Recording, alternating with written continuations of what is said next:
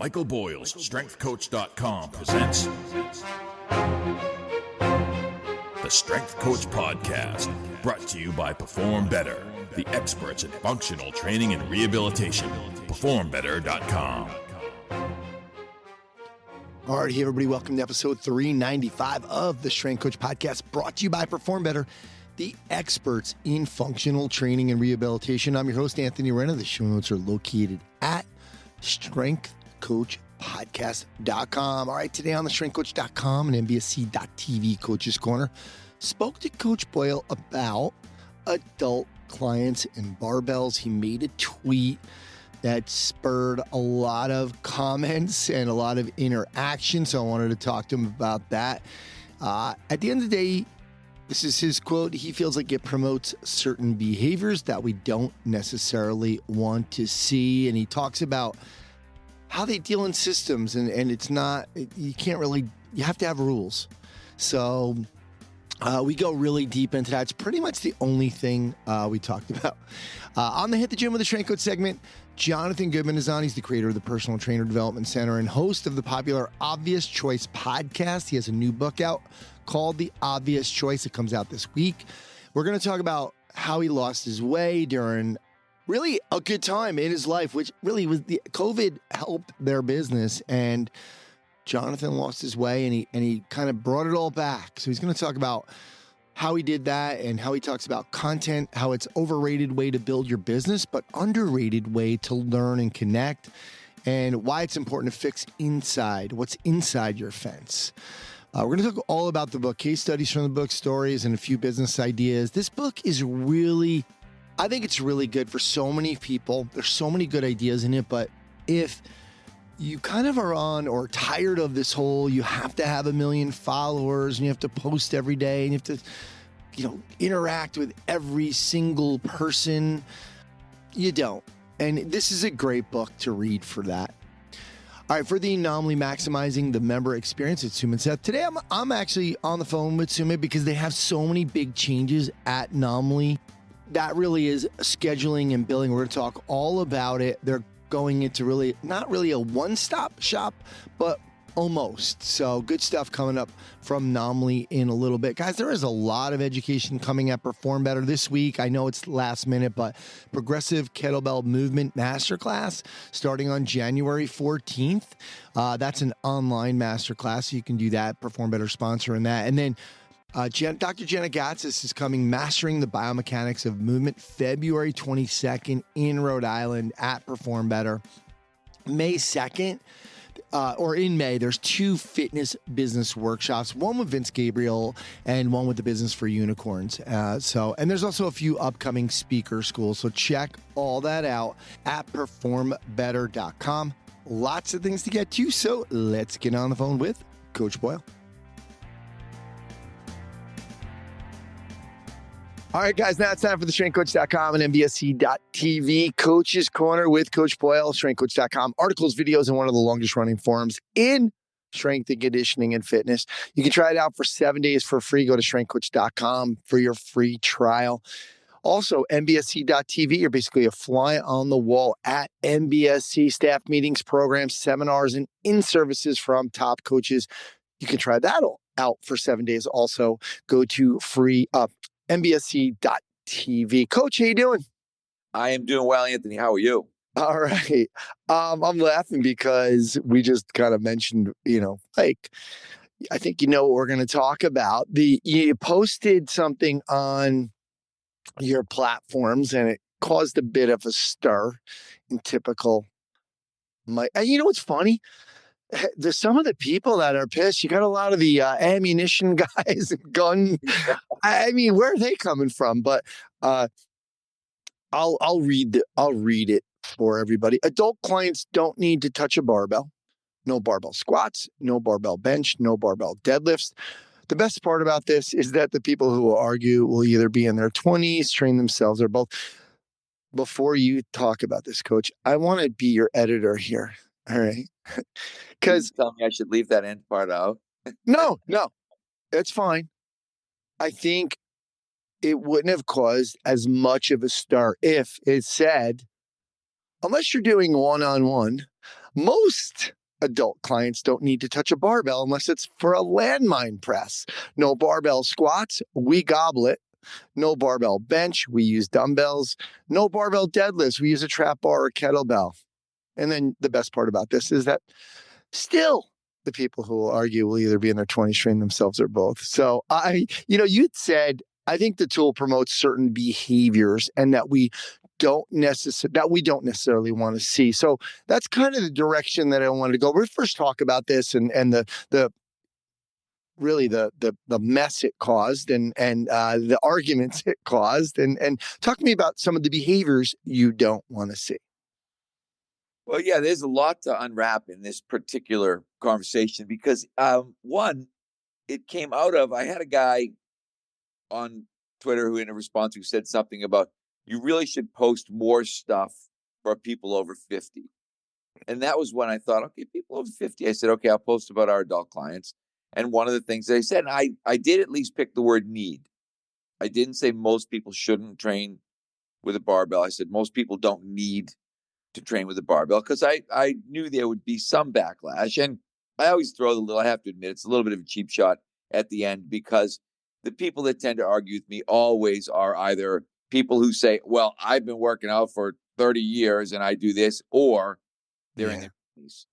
And I kind of like preemptively want to think, all right, don't argue with me if you're in your 20s and you haven't hurt yourself yet. You're in that, you haven't even hit the injured powerlifter stage of the evolution of the strength coach, and or you're somebody, because there are these guys, and they're all guys almost exclusively, who have really good genetics and have been able to barbell strength train for their entire life without getting injured. I get it. I know those people exist.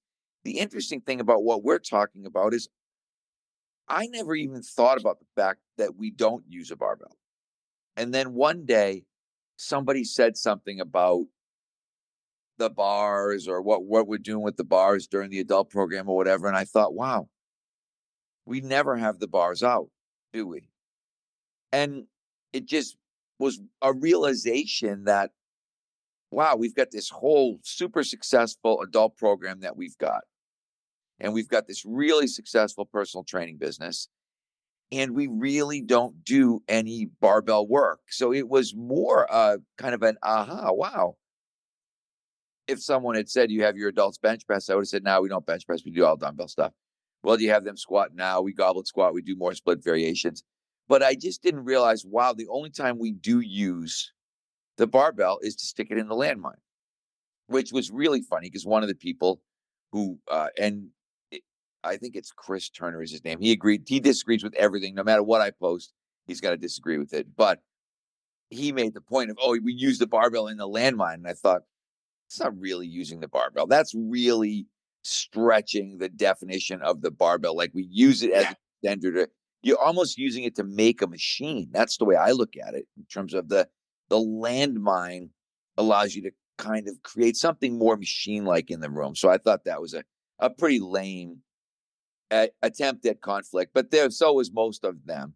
But what I didn't realize is there is still a huge kind of starting strength barbell cult that's out there. And then, as you said, there are also apparently some gun owners and crypto traders feel very, very strongly about their barbell.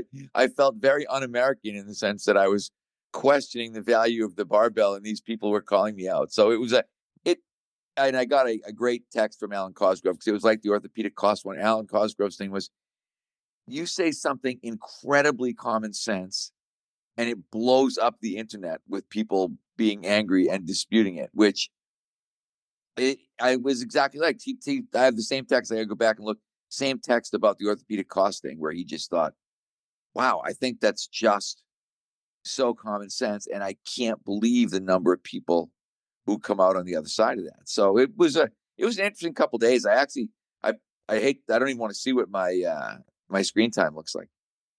Yeah, it's funny because it is true. I think you and you do respond. People are like, "Oh, he won't respond," and whatever. And you're like, "No, you're responding to a lot of the arguments. Obviously, not all the stupid, insulting ones, but like one that was kind of ridiculous. Why don't you just simplify this as quote I don't know how to properly instruct my clients on barbell exercises and leave it at that. And, he's telling you who obviously you've been through this yourself personally.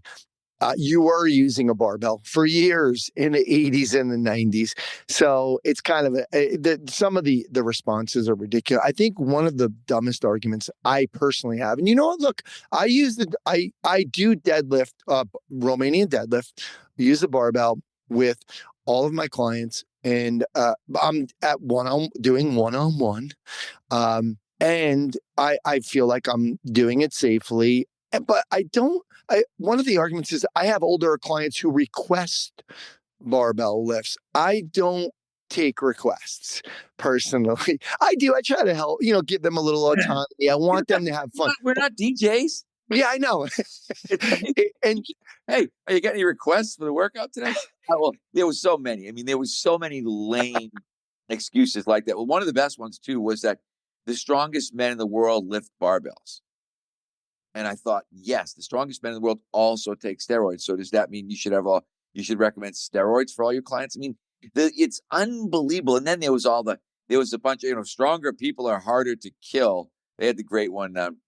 Coach Schrader he had a great, I reposted his meme today in terms of, it said, what doesn't kill you makes you stronger, except bears. Bears kill you. And it's like, I mean, these people sometimes, they don't think it out well, and then they just continue. They're unfortunately just like me in terms of they're going to continue to argue to be right.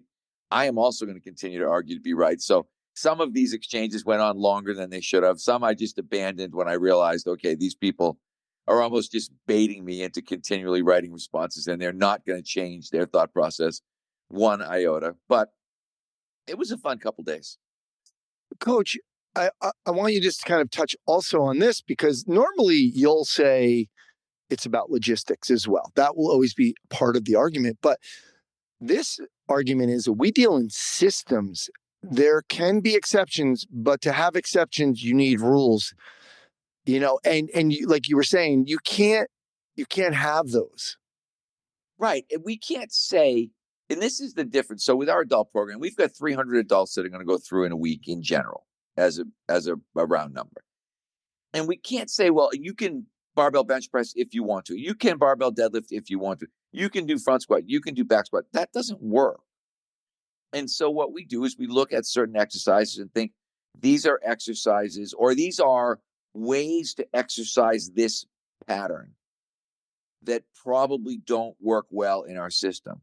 And what we've realized is that what gets eliminated, but it's the same with chin up. We don't program chin ups, generally speaking, for our adults. Or do we have some adults that do chin up? Yes. If you came in our gym, you would see some adults bench press with a barbell. You would see some adults doing maybe squatting variations, but they would be all primarily in one-to-one situations, as you said.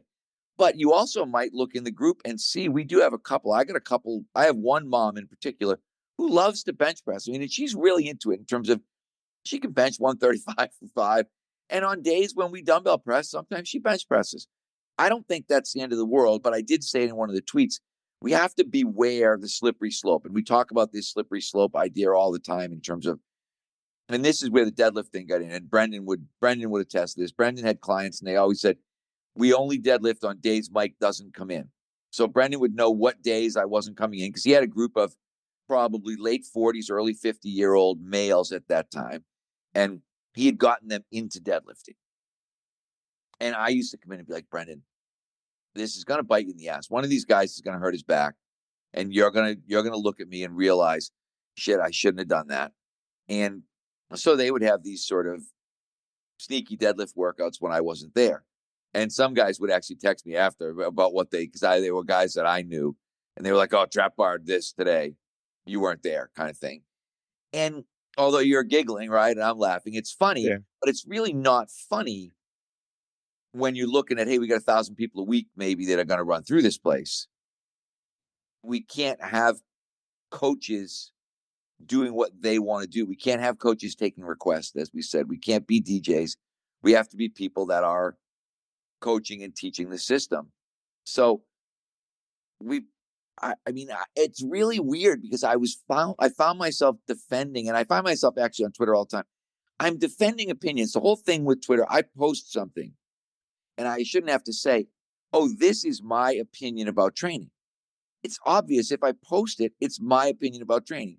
If it was Anthony Renna's opinion about training, I would say, Anthony Renna feels that you should do this. I wouldn't say I or we or however we're going to phrase it as far as our MBSC system. But what I think is most interesting is people look at it from the standpoint of, I shouldn't have an opinion because people listen to me. And if people listen to me, then they may also start to not do things that obviously my detractors on the internet like. And I always think what they're really worried about, it's like any kind of business. They're worried about losing market share, right? When I say don't use a barbell, that's not good. If you're a starting strength person, that's not a good thing for you. Much like if I said don't do CrossFit. If you're a CrossFit person, that's not good for you. So people, whatever, bite back, hit back. Yeah, and I think a lot of times the confusion or the misconception ends up being in people not really reading it. That's why I did the edit, right? Because I obviously know your system. I know a lot about what you do, but then people aren't reading. It said adults and they're like, well, what about 16-year-olds that are coming in? And what about the kids that are going to have to go to college? You're not going to prepare them. It's like, read, just stop, read it first. He said adults. Then it was Mike, define adult. So I want to ask you that too. Again, that's what we're doing. We're always trying to put out fires. So clarify what you mean by adult. What if I have what about your hockey players that you feel like you might want to still clean them? Jack Eichel comes in and he still wants to clean, let's say. Right. And he's going to clean. Like his job is playing hockey. And my job is to make him better at his job. I might argue with him about what I think, but it probably wouldn't be. I might argue if it was back squat. I wouldn't argue if it was hang clean. I definitely wouldn't argue if it was bench press. And that's what I was trying to get people to understand. All of our athletes, not all, but all of our healthy athletes trap bar deadlift. All of our healthy athletes will barbell bench press. All of our healthy athletes will not do some sort of barbell squatting variation. That's just, again, the way the system works, right? So we have to look at that. But what I see to people with adult clients, and this is what I try to get across to our staff, an adult client, this is what an adult client is: someone whose life would be negatively impacted by injury. So generally I said someone who would have trouble going to work, but that's not really true because we've got if you're a stay-at-home mom and you hurt your back deadlifting, your life is negatively impacted by that injury. And I've seen enough people whose lives were negatively impacted. I always use the Kevin Carr example because Steve Bunker's one of those guys, works for us, body made of absolute steel. He's been doing powerlifting type training. He's 65 years old, same age as me. He still does it. He can still deadlift. He can still back squat. He can still barbell bench press. He has generally really good, resilient joints and muscle tissue. Kevin, when he was younger, started training with Steve and ended up at one point literally crawling around his apartment on his hands and knees after he'd hurt his back, missed 2 or 3 days of work. And he'll tell the story. We always joke about it. It's like a standard in-house MBSC joke. But Kevin always says, I realize now what you meant because I took a big economic hit that week of my young life when I had to cancel all of my sessions because I hurt my back deadlifting.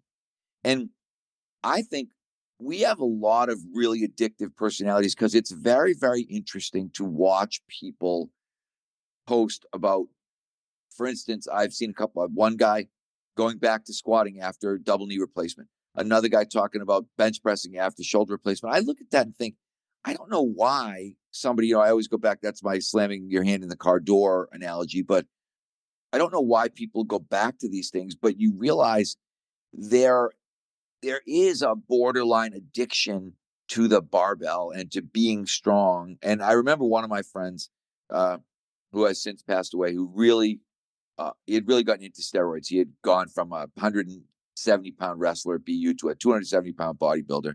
And one of the things he said when I asked him about it was, Mike, I never want to be small again. The attention that I get because I'm huge makes whatever risk I'm taking worth it. And he probably believed that up until he prematurely died in his 40s. And Gee. but it made me realize the power of that perception of whether it's being strong or being big or whatever it is. Some people are so addicted to how they feel about themselves that it it borders, I guess, on any other addiction, because you start to do things that are not good for yourself because you're attached, addicted, whatever the word is, to that process. Yeah, I heard somebody talking about this as well, saying from the aesthetic perspective, it is so much harder. A lot of men will use the, okay, I don't have a six pack, but I can double deadlift my body weight. I'm strong. So they don't maybe look at, they kind of hang their excuse on the, I'm strong. I'm much stronger than you, because they don't have the commitment to eat clean and, 80% of the time, and, maybe cut down the alcohol or quit the alcohol or do the things necessary to be truly healthy. They're going to hang all that on strength. And like similar to what your guy was, he wanted to be big. It's just kind of an interesting part of an interesting subculture that we deal with, in terms of there are people, I think, who don't make rational arguments. And then there's people, they make irrational arguments, obviously, just because they dislike me and they dislike the effect that I have on the field. I think, as I said, people are really put off by the fact that people listen to me. I've had people say, you can't say this because people listen to you. And I look at it and think, the reason I'm saying it is because people listen to me. The reason that I'm on Twitter or on Instagram, and then people say, oh, it's for the clicks. I could care less about clicks. Makes no difference to me. Obviously, if you post something you would like for it to be engaged with, yes, Sure. that's part of the game of social media. But as we've talked about numerous times in this podcast, I think this is where education is at. Education is on Twitter, it's on Instagram, it's in podcasts, much more so than in a book. And if you don't accept that, then your ability to educate, your ability to impact people is going to be affected. And people who are better at social media than you are going to get more opportunity to influence than you are. And so I look at it and think, it's like anything, right? You got to get in the game. I'm in the game. I'm playing the game. I always joke about, I play Twitter, right? I play Twitter. I love it. It's kind of a fun game. I get up in the morning and I play for a half hour.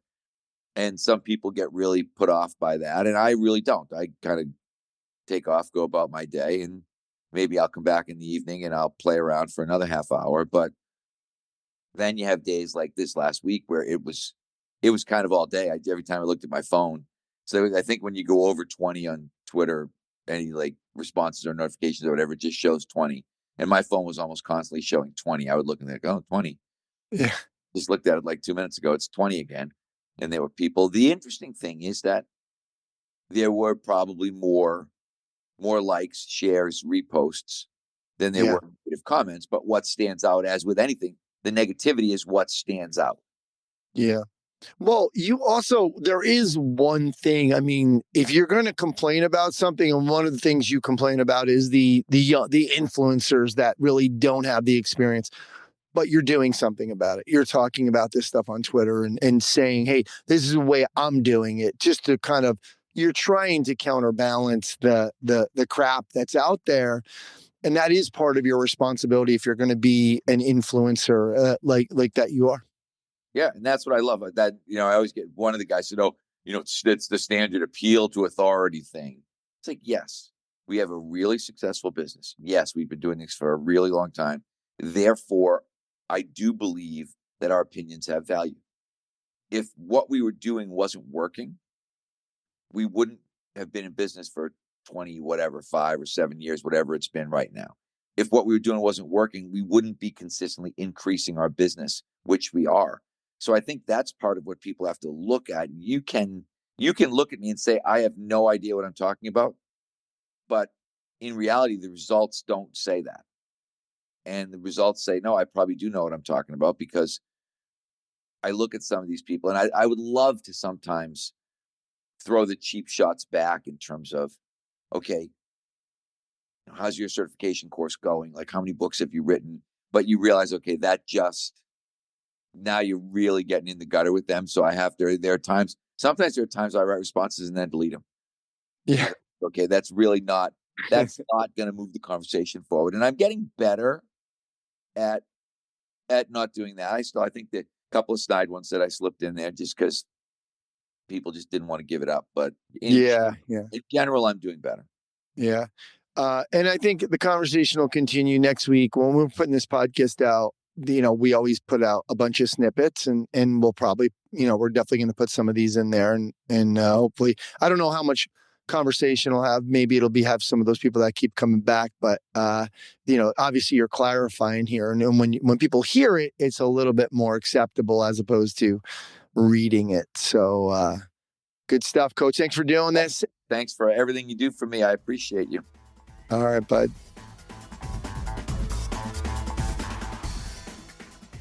All right, guys, welcome to Maximizing the Member Experience with Naamly and Sumit Seth. Normally, Sumit just really sends me a recording. He does it himself, and he teaches you how to maximize the member experience. But we wanted to he has a big announcement. We've been talking about this for a couple of months, and I think it's appropriate that we were delayed, not on purpose. But Sumi, thanks for doing this, brother. No, thanks for having me. Yeah, you're right. This is the right time to do it. New year, new beginnings, right? So happy New Year to you, Ed. Thank you. Happy New Year to you. And so, look, Naamly was born from, like all great products, it solved a problem. I always loved the saying when I was in the bar business, and everybody and their mother wanted to open their own bar or restaurant. And I remember one of my managers saying, just because you know how to cook doesn't mean you should open a restaurant, right? And with trainers and gyms, sometimes they don't really understand the overwhelm that's coming. And you experienced that with a friend of yours or your trainer, and then you started to help him, and that's how Naamly was born. So you're always kind of looking to solve problems with Naamly, and I think this is a doozy. I've been there before with this, and I think what you're doing is amazing. So let's jump right into it. No, you're absolutely right. Thank you. Thanks for the ongoing encouragement, the support, and just being part of this journey. And because as your own entrepreneurial journey would have shown, it does take a village. And I'm really happy to have you on my side that way, because it's ups and downs, and it's never a straight line. So it's been a long time coming. So I'm pretty excited about this. And talking about solving problems, long time ago, my son and I, we would go for these walks, and we were in this neighborhood which has huge homes, and my son was like, "What are these guys doing? Why they have such huge homes?" And I remember telling him that it's because they're solving bigger problems. And so you can get big homes, you can have big things, but it's a reflection of what are you solving and where you're putting your time on. And I was trying to drive home the point about solve problems for people, make yourself resourceful, and then things will come to you. As long as you're not chasing the things, but you're chasing the problem that you solve and has a bigger impact, it will be all good. So I love the fact that you talked about solving problems, because that's what it is, right? We all want to solve problems, and we have fun doing it. And that's part of it. Like, that is the journey. Have fun doing it. And then things just happen. It snowballs, and you learn, you pick up, and you keep listening to your customers, your clients, your people that you know, like, and trust and look up to. And they keep telling you things. And when you see this pattern, you're like, yeah, I should be solving that. Let's do it. And you jump right in and you do it. So. And I think it's funny because I think the path that Naamly has taken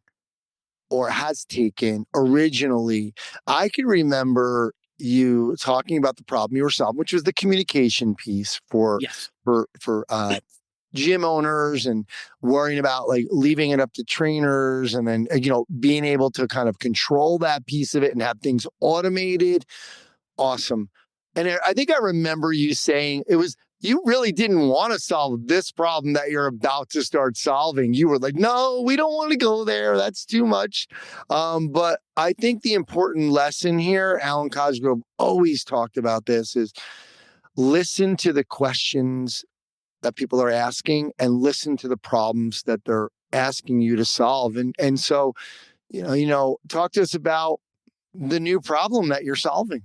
Yeah, you're spot on. When we started, it was only about retention because the whole world was all about leads and how do I get more leads and how do I just nurture the leads? Yeah. And people forget that, hey, that's part of the problem, but the real kitchen and sink and your ops is ongoing customer engagement. So we saw the retention problem. That's where we focused on. And then a lot of our clients were, well, that's good, but you're not a bolt-on. You're a vitamin. You're not a painkiller. And there's still too many frictions because there's so many systems. And when you're starting off a gym, right, there are three key capabilities that you need. You need something to collect clients' money and schedule them in. You need something like a lead management system, and then you need something to deliver the training experience, the program itself. And then no one really spoke about retention where we came in. But as you think about it, you start stacking these things up, and before you know it, you're like, shit, I'm running a software company here. I was supposed to be a trainer, a brick and mortar gym, and I was supposed to be just helping people get out of pain and make them look better and just get them results so that they look and feel better. And now I'm running a software company. So what we decided to do thereby was kept on listening. And the one thing that kept on coming back to us was we're the systems, there's too many friction. We're a bolt-on solution and we need something that's easier, simpler, quicker. And we're like, fine, let's do it. So we built now our very own billing and scheduling module. And we're no longer a bolt-on. Well, we can be a bolt-on, but we can also be a standalone system. We're really excited about this. It's taken us a good 18 months to get here. And perfect timing, right? New Year, new beginnings that way. So I'm really excited about it. But we have this now. And we launched a beta around just before Thanksgiving. And then we opened it up around Thanksgiving as a gift to us for existing clients. And then the feedback that we got was tremendous. We did miss a few use cases, but which we buttoned up based off of the feedback that we got during our beta trials. But people loving it. We've made billing even more affordable and we've reduced more friction. So we're pretty excited about that. Yeah, you and I were talking. I love that saying. We reduce friction, and because there is so much friction. And to your point about, man, having so many different, like you're running the software company, and people would say to me sometimes when I had MindBody at the time, well, you might be paying too much. Maybe you should, you could reduce your percentage. And at the time, I just said, look. You know what? I like it because they're able to, I can schedule them on there, and then it takes the billing every month.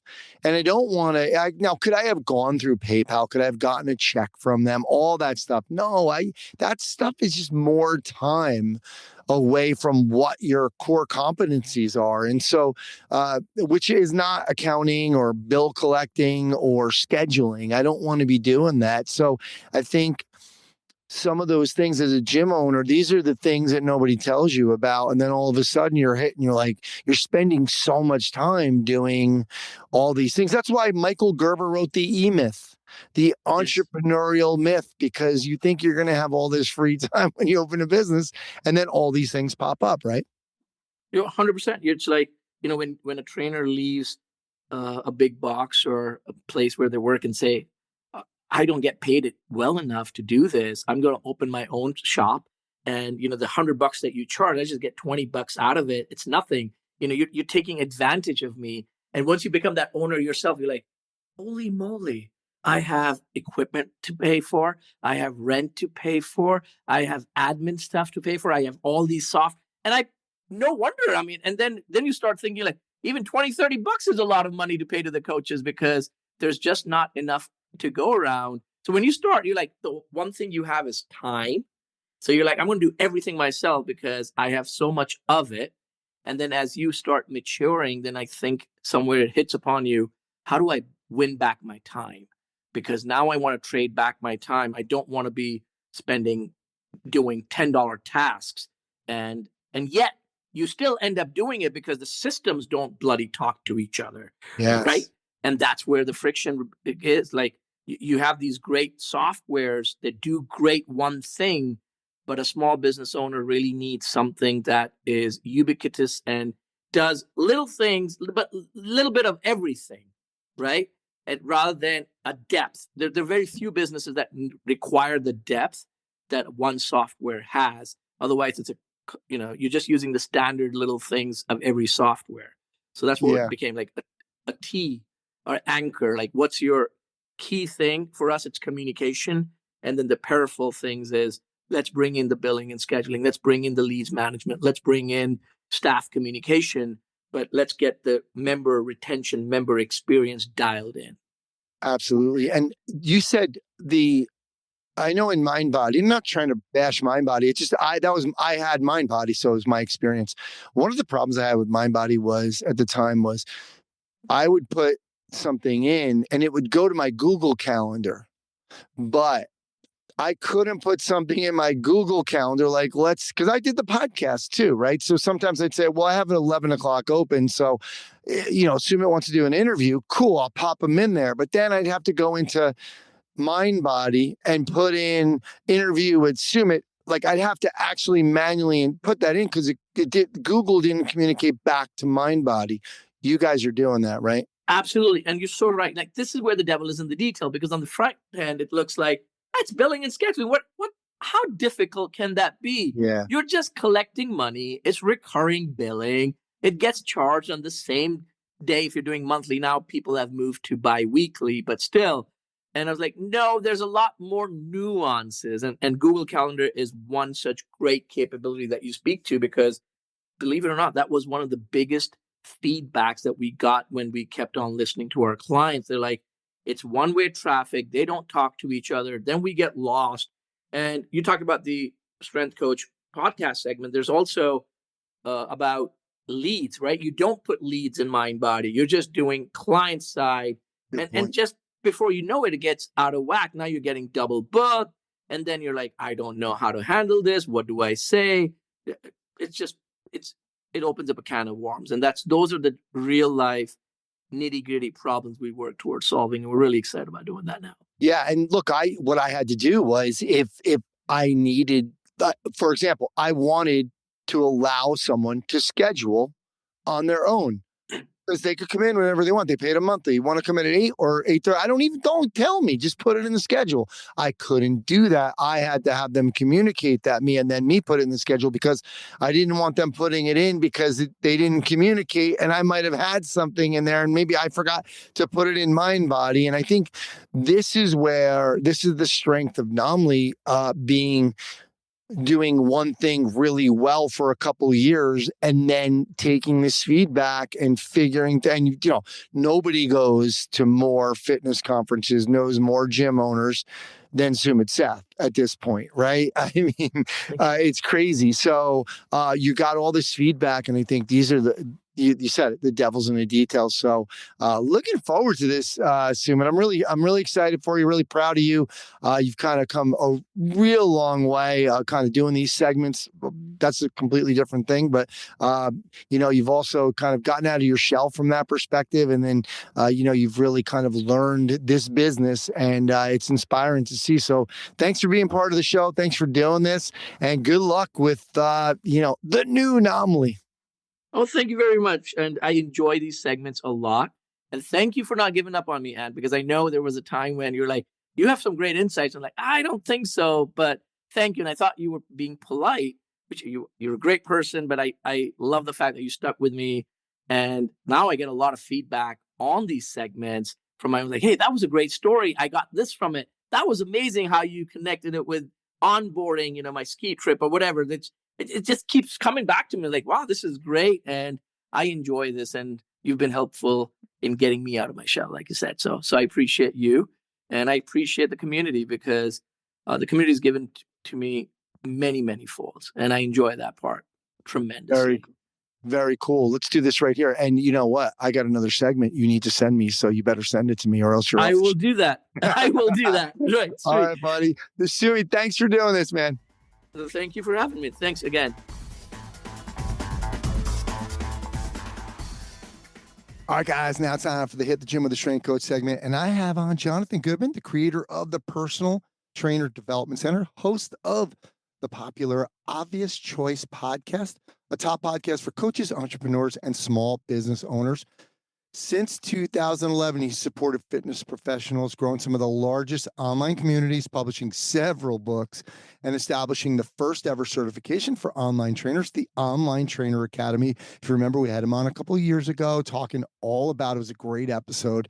He's been featured in most major business and fitness publications, things like Men's Health, Forbes, Entrepreneur, Muscle and Fitness, Inc. He's originally from Toronto. He spends his winters exploring the world with his wife and son. And, you know, I'd probably want to leave Toronto the way the Maple Leafs have been anyway. So they're that's crushing it. They're first place right now, bro. Yeah, I know, but we're talking about the playoffs. So you probably should leave in April, May. Once their captain got injured, they started winning all the games. Yeah, right. I know. It's so funny. John, thanks for doing this, bud.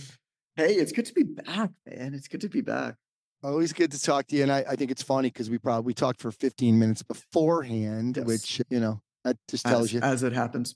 We two people that like to talk. So yeah, John has a new book coming out. I was lucky enough, it's going to come out in January, and I was lucky enough to get a copy. It's the Obvious Choice, Timeless Lessons on Success, Profit, and Finding Your Way. Full disclosure, I haven't read the whole thing yet, but it's such there's so many nuggets in here. And I like, this is not a rip on it. I like these type of bathroom books. This kind of book you can pick up. I love it. And I love it. you could read this in segments. Like you could be reading another book because like there's so many little stories and lessons, and it helps to kind of let that stuff sink in. So John, great job so far on the book. I'm loving it. Thank you. You know, I'm glad that you say that. It's fine if you use it as a bathroom book. I'm quite happy if you use it as a bathroom book. I get it. You're busy. You work in fitness. You're listening to this podcast, probably going for a walk or like cleaning the dishes or something. There's not a lot of time these days. But what you said, Anthony, is like exactly what I wanted to hit out. What I surprise people all of the time when I tell them that I read 80 to 90% fiction to nonfiction these days. And the reason for that is once you pass a certain level of knowledge on a subject, basically the very low level 101 level of that subject, you're really not going to get that much more in most nonfiction. But most nonfiction books don't have a lot of depth, because what you're actually trying to do is you're actually taking these fundamental principles and you're figuring out how to best apply them in your life for whatever you want to do. That requires introspection. That requires you to see them through a different lens. And the best way to do that is through story. And so what I've tried to do, and the reason why I don't like a lot of fiction is because, or a lot of nonfiction, I'm sorry, is because too many nonfiction authors only read nonfiction. And as a result, their books don't have these sort of portable stories that are teaching you fundamental foundational truths about the world that you live in to help you overcome stuff, even providing frameworks. But they're not wrapped in a story that's going to help you remember them or see them differently and be like, oh, I get it now. Like, there are not too many new things we need to know in this world. Yeah. It's just that, okay, now my shoulders are down from my ears. Now I get it. Now I know what to do with this thing, how to apply it best for me, or perhaps even more valuable, now I can confidently ignore it. Both are good. Yeah, love it. I like the way you started out, because I think you and I touched on this a little bit about sometimes when we see on social media, we're looking at someone and there's that problem of you think, that person's got it all. They're doing amazing. And you open the book with, how great your business was, right? And the pandemic comes, it's like a four-leaf clover for you. And that was the same thing for us at shrinkcoach.com and Body by Boyle, or, Mike Boyle's business, the Body by Boyle at the time. But we were killing it. We were killing it during the pandemic. And like you said, it's like a four-leaf clover for your business. But because of that, you kind of lost your way. I want you to kind of go over the story, because I think it's really important as trainers grow and they grow their business to kind of make sure we don't forget how we got there. It was a really weird moment. My business grew slowly and predictably up until that point. I started the PTDC website in 2011, put out my first book, and we certainly had spikes, but like year after year after year, it was just reliable growth every year. And then, the pandemic happened, and it's so weird to say this, but if you were to talk to me beforehand, Anthony, and you were to say, close your eyes, I want to do a visualization experiment with you. Think about what is potentially the best possible thing that could happen in your business, irrelevant of how random or rare or how unexpected it could be. Like, I might have said something that nobody expects or anticipates that forces every single personal trainer to work online overnight. I might have said that, right? Mm-hmm. And then, of course, it happened. Now, not to say that people did not see the pandemic coming, but like most people were pretty surprised when gyms actually shut down. There were whispers of it for a long time. I remember exactly where I was in that moment, looking at the TV at Prime Minister Pierre Trudeau saying, hey, we're shutting down gyms. And you probably do too. I didn't think that it would happen until that moment. And then, of course, yes, we were the only really serious player and the only serious curriculum for online training. Because before then, it was simply too small of a market for the incumbent education companies to even think about, which actually is the best way to start a business. I get into this much later in the book, as you know, where, this is Peter Thiel, first investor into Facebook, PayPal co-founder. He said, the key to any business success is to become a monopoly. The fastest way to become a monopoly is to figure out the smallest available market that you can monopolize as quick as possible. Monopolize that, and then expand outwards.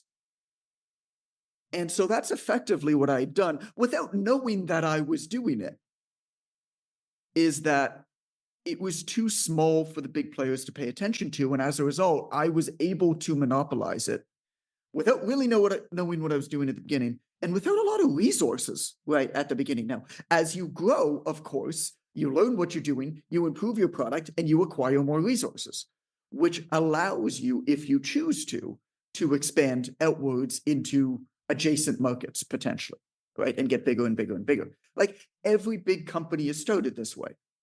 PayPal was 30,000 eBay power sellers. Facebook was the Harvard campus. Nike was Phil Knight selling running shoes out of the back of his Plymouth Valiant at neighborhood track meets. Every single major company starts this way. We just don't see it. We often don't see that part of the story. And so what happened was with the pandemic is this growth happened almost too quick. Call it a sort of altitude sickness. There was no acclimatization. All of a sudden it was like, yo, we were skating to where the puck was going. And all of a sudden, somebody shot it from our own blue line. I came out of the penalty box. I picked it up on the other side, just onside, went down on a breakaway and scored the game-winning goal in the Stanley Cup playoffs. And that's what happened. I didn't know how to deal with it. And so I hired all of these really expensive staff from, away from, there was obviously a lot of people available at that time too. So VPs of marketing from other companies, this expensive $6,000 a month consultant, this $600 a month A/B testing software plugged into a website, blah, blah, blah, blah, blah. I added about $2 million to our payroll. And then, of course, and so that was fine for a while. But then, of course, the rest of the industry started to catch up. All of a sudden, because what happened was we were the only supply. Demand artificially rose. We captured all of that demand. Then everybody with 10,000 Instagram followers became a business coach for online fitness. And now supply is up, right? Which is fine when demand was still high. But then gyms started opening back up in some places faster than others, of course. And trainers started to go back to the gym, and some people left the industry, some people went back to in-person. But supply was still just as high. But demand had gone back to really its previous levels. And I did not anticipate that. And that was around the same time as you know, Anthony, where so you know, that scary moment where expenses and revenues started to cross, and all of a sudden expenses started outpacing revenues. And what people don't tell you when you run a business is that if you have, let's say, $5 million in revenue and $5 million in expenses, it's not even every month, of course. And so if you've got to hit payroll every month and meet your expenses every month, you might make, I don't know, call it $500,000 in one month and 250 the next. Well, your payroll is the same. And so the amount of sleepless nights trying to hit payroll and not knowing what to do, and everything that we were doing was not working. And then we got the call that Allison got diagnosed with cancer. And it was just, everything came to a head, man. Everything. And I just needed room to breathe, you know? So I fired everybody, took time, you know, to be with my family, and then built back up, knowing now what I had learned over the last, 10 years, 11 years in business. And the result's been pretty beautiful, really. Yeah, yeah. I love it too, because it's really, for everybody who's going to read this book, it's a story really of kind of, I want to say, going against the grain. Like everywhere you go, I just got back from Allie Gilbert's Silverback Summit. It was awesome. And her social media manager was there, and it was great. You learned a lot, but there is this idea of content, right? And Yeah. look, people are worried about like things like AI, right? To come in. There's so many influencers. And you quoted John Naisbitt, author of Megatrends. He wrote that book in 1982. The more high tech around us, the more the need for human touch, which I love that idea. People need to understand that more than, this is you, more than 90% of the sales are silent. It was kind of like a combination of trust and word of mouth referrals. And I feel like you're going against the grain here, because this was all about content, Right. which you say, hey, look, that's an overrated way is to it build. going against the grain? Is it? That's the question that I ask, right? Mhm. You understand, Anthony, because you've sold a lot of information. You've been a part of a lot of information sales. I've sold a lot of information to a lot of people over the last 14 years. And what I have figured out, much to my chagrin over all of those years, is that in order to sell information, you have to package that information. Some information is much easier to package than other information. That's not a discussion of whether it's more important or valuable. That's simply a discussion around whether it is easier to package and sell. I'll give you an example. It would be very hard to argue for any business that referrals are not the single best way to get a new customer. Mhm. They're the most profitable. They're easiest to acquire and convert, and they come in as a referral, understanding that the thing to do in this business is to refer others. And so as a result, they naturally will refer others in the business as well. Why do we never see referrals taught? It's because referrals are largely a social, a psychological transaction. They're not an economical transaction. The only thing that we see people talking about with referrals is like, oh, get a gift card, or like give a t-shirt. And it's like, that shit doesn't work. It simply doesn't work. It's a nice responsive behavior after the fact to appreciate somebody for doing something good for your business. But it does nothing to encourage that effort to actually happen. The reason is quite simple. Referrals are a social trade, not an economic one. They're much harder to talk about. And so with content, bringing this back to what you talked about, it's really, really easy to teach somebody how to get likes. It's really, really easy to teach somebody how to A/B test thumbnail images on a video, or buy a better camera or microphone, or here's this editing hack or whatever. It's really, really easy to teach that. That does not mean that it's important, though. And so this is where we get into, what's good information for somebody could actually be bad advice for you. And it comes down to understanding what game you're playing. If the game that you're playing is trying to become a full-time influencer, that's really important information to know and really good advice for you. If the game you're playing is to use a business and potentially, now you don't have to, but potentially leverage media, like social media, whatever platform you want to use, podcast, to grow that business, that good information for influencers is very often bad advice for you. And it's just very important to understand the difference. Sure, I think listeners here understand that from the perspective of, we were talking earlier, Coach Boyle is always talking about the lens he's looking through, right? We talk about his, bazillion square foot facility and, Right. hey, our machine's good or bad. And then he's like, well, I don't have room. I have to buy 8 of them. And so his decisions, and also same thing with programming. He's working with a lot of, professional athletes right now. So like his lens might be a little different. And I think it's very similar. I love that you said that, because it's like, make sure you understand, are you talking about the same thing, right? And I think that's important to understand. But I do think, maybe it's my lens, like that you were going against, like the way this book, or the way you were talking about things and presented, like we don't need to be dancing around. You don't need to just, you talk a lot about like we tend to just follow what seems to be working for other people. That's kind of what I meant about going against the grain. But there is some good things to do, that, it's underrated, like you said, to learn and connect, because if we use it to connect with people, now we're talking, now we can maybe, make that connection, which can lead eventually to a sale. Yeah, look, I liken social media as a savings account. You invest into it when you've got excess time and capital. You hope that it's going to kick off interest in the interim, but you don't depend on any immediate dividends to fulfill your short-term needs. You don't rely on it that way. You hope that you're going to wake up many years from now with all of these small investments you made over the years into your reputation, into your content. And you're going to be in a position like you are, Anthony, like I am, like Coach Boyle is.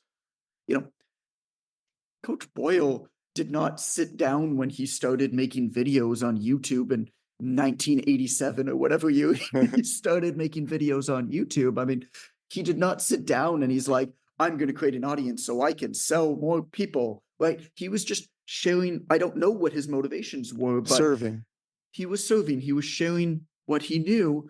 And he also probably understood that this content could act as a nurturance and conversion tool for people who already heard about him. And so for most people who work in fitness, that's my simple advice, is you look at your social media accounts not as a way to generate leads, but as a way to nurture and perhaps convert leads that are generated elsewhere. There's 4 stages. Can I get into those? Sure, absolutely. Let's do it. Yeah. Because I want this to be like a little bit tactical. It's good. I like the pie in the sky, like kind of thought philosophy stuff, but you got to at one point make it tactical.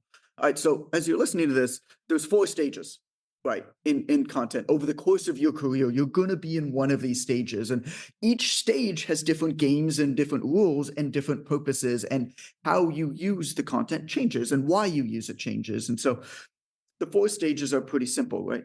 There's for you, for your clients, for your industry, for the world. And so I'll get into them really, really quick. When you're newer to your career, you create content selfishly for you as a way to learn.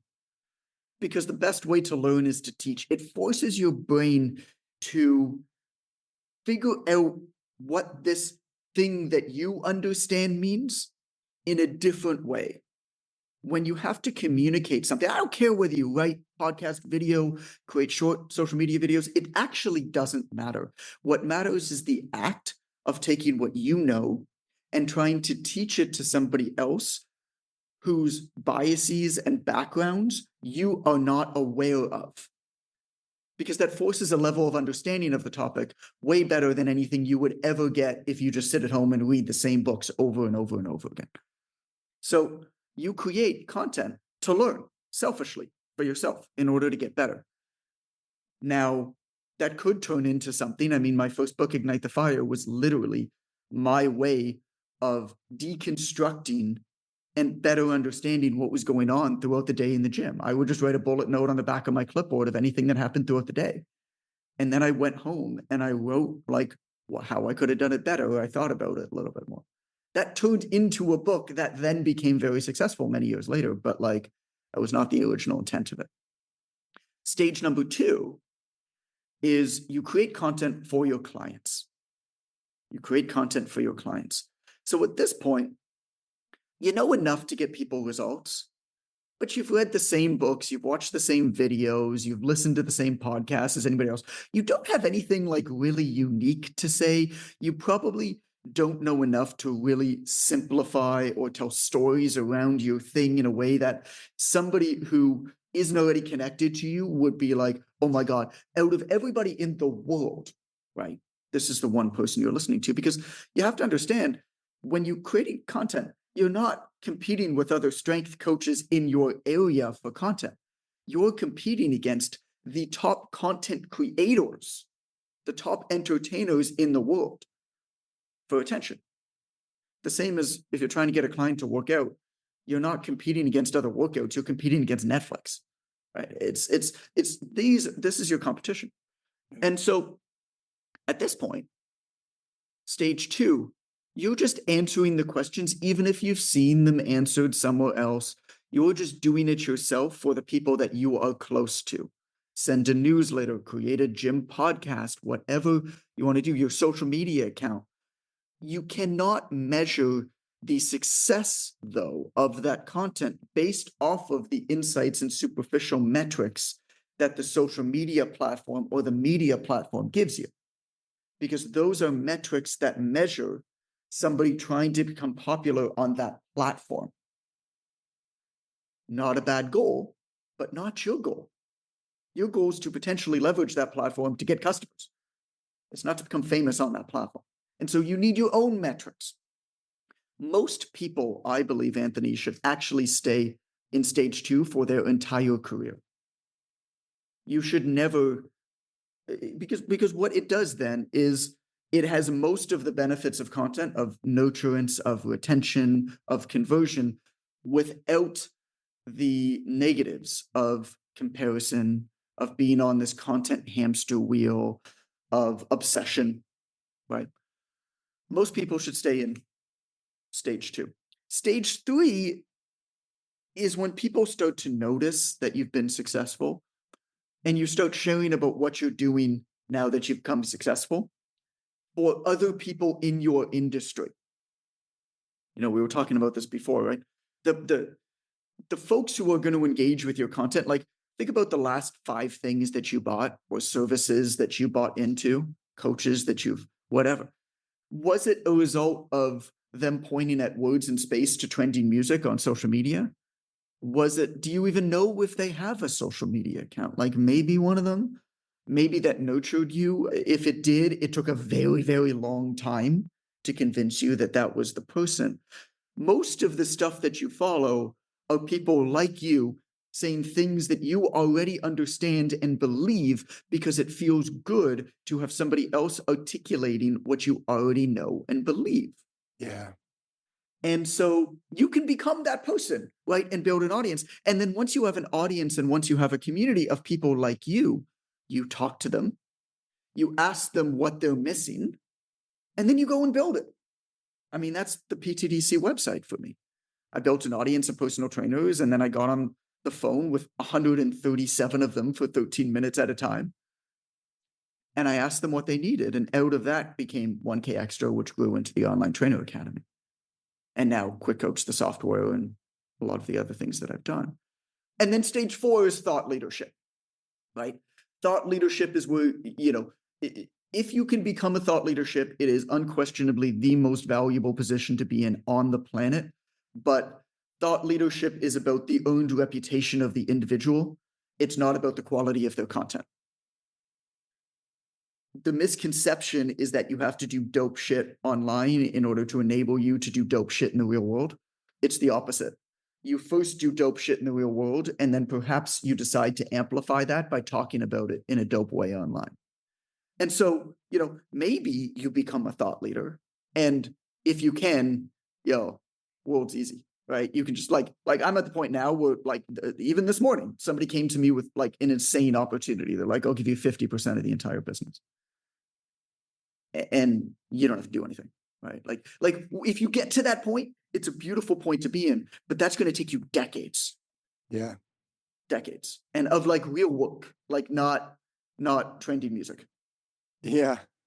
I love, you were talking about that idea about, look in your room, look at some of the things in your room. And I love that idea. And you were talking about the decision-making process. I want you to go over this because, trust transcends expertise. You even had a stat, 88% of people trust recommendations from people they know versus 23% of people they trust from ads. And you even said the trust online is getting close to zero, by the way, which that was from 2022. I would guess that it would be significantly lower than that. And once deep fakes really come out, and you don't even know whether the celebrity is actually saying the thing, trust is going to hit zero. I gotta say, I heard something, Sylvester Stallone, it was like a reel. I'm like, that is totally not him. There's no way, I mean, it was good, but it was not him. And in a year, maybe it's better, but you can't, it's too, I mean, what did Yuval Noah Harari said, author of Sapiens, he said, in a world deluged by irrelevant information. Oh God, what was it? What was the exact quote?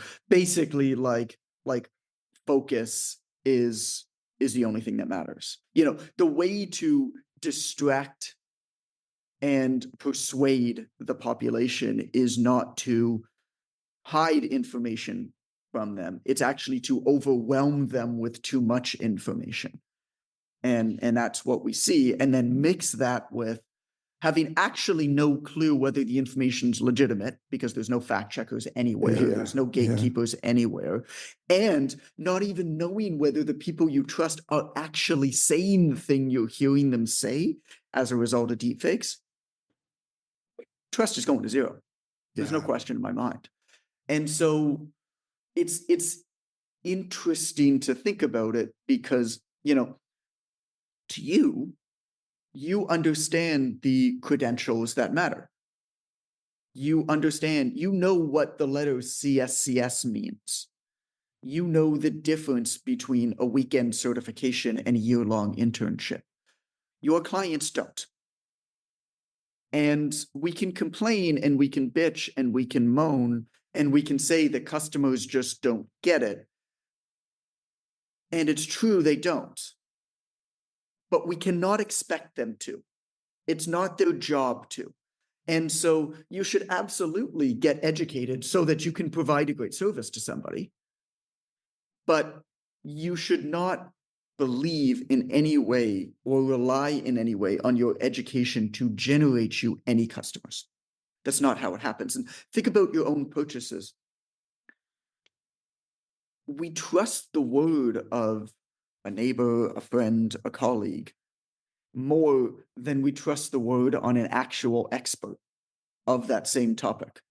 Even if a friend knows nothing and the expert is actually a credentialed expert in the thing. I'll give the example where we had to find a cancer doctor. Yeah. Like, how do you select a cancer doctor? I mean, you would be hard-pressed to find an example of a more important decision than figuring out, when your wife has cancer, you and your wife trying to select the doctor that's going to treat your wife for cancer. Yeah. And so what do you do? Well, I want to say that I went and looked up all of the credentials. I read studies. I spoke to other otolaryngologists, ear, nose, and throat docs, cancer docs. And I found the best ones in the city and I tried to get accepted by them. What I actually did is I asked a friend of ours who was a neighbor, he was no longer a neighbor, but still a friend, who was a doctor, because he was the first doctor that I could get a hold of. And I said, do you have a recommendation? And he referred to us somebody named Dr. E. Dr. Epicanides is his actual name. Now you can see why I did not include Epicanides in the book. So I called him Dr. E in the book, but his name was Epicanides. And he referred he said, I've heard that he's the best. That was all we needed. We then tirelessly tried to get accepted by Dr. Epicanides.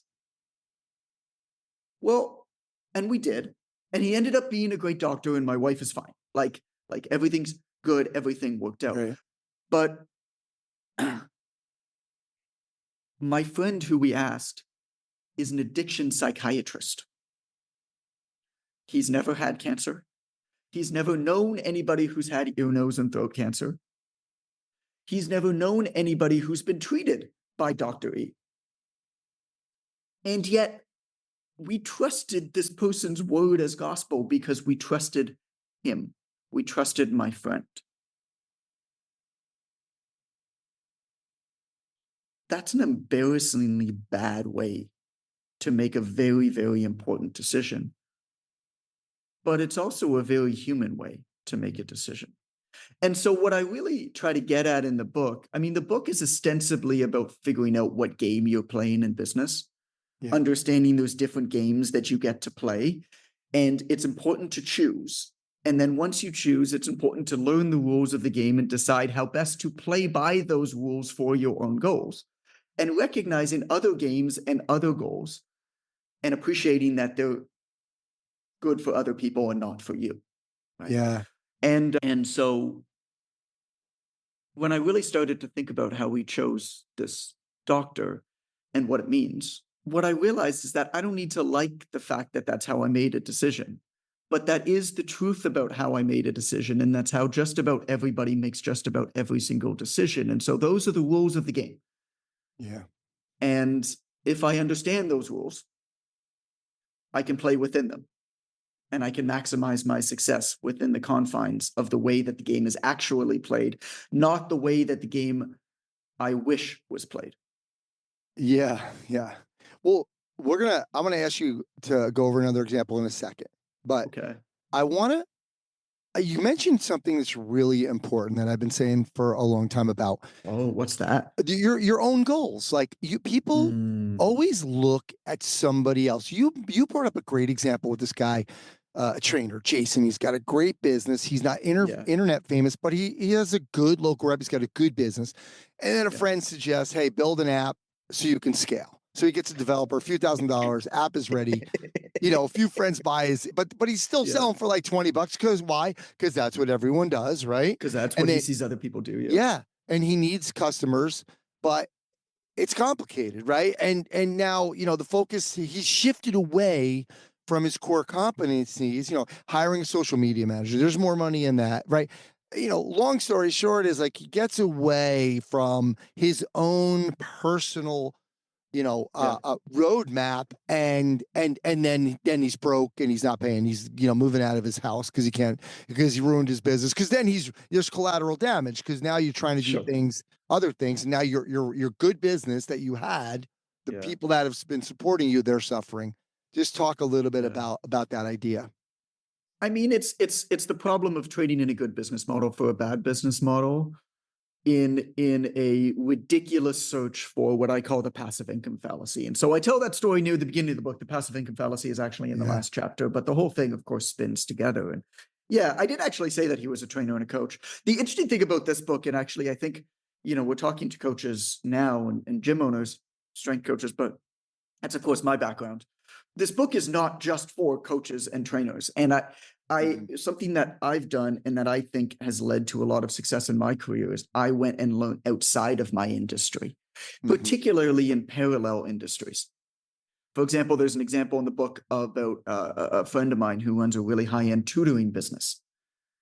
And if you think about the tutoring industry and the personal training industry, they're actually very, very similar. Sure. It's a service-based industry. And nobody really knows what makes a good tutor or a bad tutor until they've actually hired them. There's no regulations. There's no real credentials that anybody cares about. And so how do you differentiate yourself? And so when I'm looking to learn something that's going to help me rise above my industry, I'm not going to go into the places where everybody else in my industry is learning. I'm going to go outside of my industry in parallel worlds because they've often figured out solutions to problems that I'm having in a unique way that's going to allow me to perhaps sidestep a lot of the problems. And so Matthew was actually not, I mean, the person this is based off of is actually not a trainer, but it's the same type of thing. Yeah. And so, yeah, I mean, this is a guy who had a great local service-based business. He was making, he was near the top in his city, in his town per hour that he could charge. He might have been able to charge like $5 more an hour, but like that might put a Band-Aid on your problem for another year, right? It's not going to actually solve your problem of perhaps working a bit smarter or being more in control of your own schedule or feeling like you're going to be able to support your family maybe when your body breaks down, you get sick, whatever, right? All of these worries that we have. And so, you can only raise your prices to a certain bit, but he was charging a lot and he was, of course, very profitable because when you charge a lot in a service-based business, it's a cash upfront business. That's a very profitable business if you run it intelligently. And yeah, he had a well-intentioned friend. I don't remember what I called her in the book. What I call her, Jennifer, something like that. I don't know, Mary, Jessica, Jennifer, something. yeah. It doesn't matter. Jessica. I called it wasn't a real name, but I called her a different name in the book. And he had a well-intentioned friend who said, "Hey, you're doing really good. I know this other woman. She has an app. She seems to be doing really well with it." Around that same time, serendipitously, which is of course not serendipitous because what's that illusion bias where recent illusion bias or something where if we're thinking about something, all of a sudden we start noticing that thing everywhere. All of a sudden, Matthew notices that this guy that he follows on Instagram, who's an influencer, has an app and also seems to be doing good. And so things click and Matthew says, "Oh my God, I need to have an app to scale." Right. And so he asks in a Facebook group. First of all, never ask anything in Facebook groups, just like ever.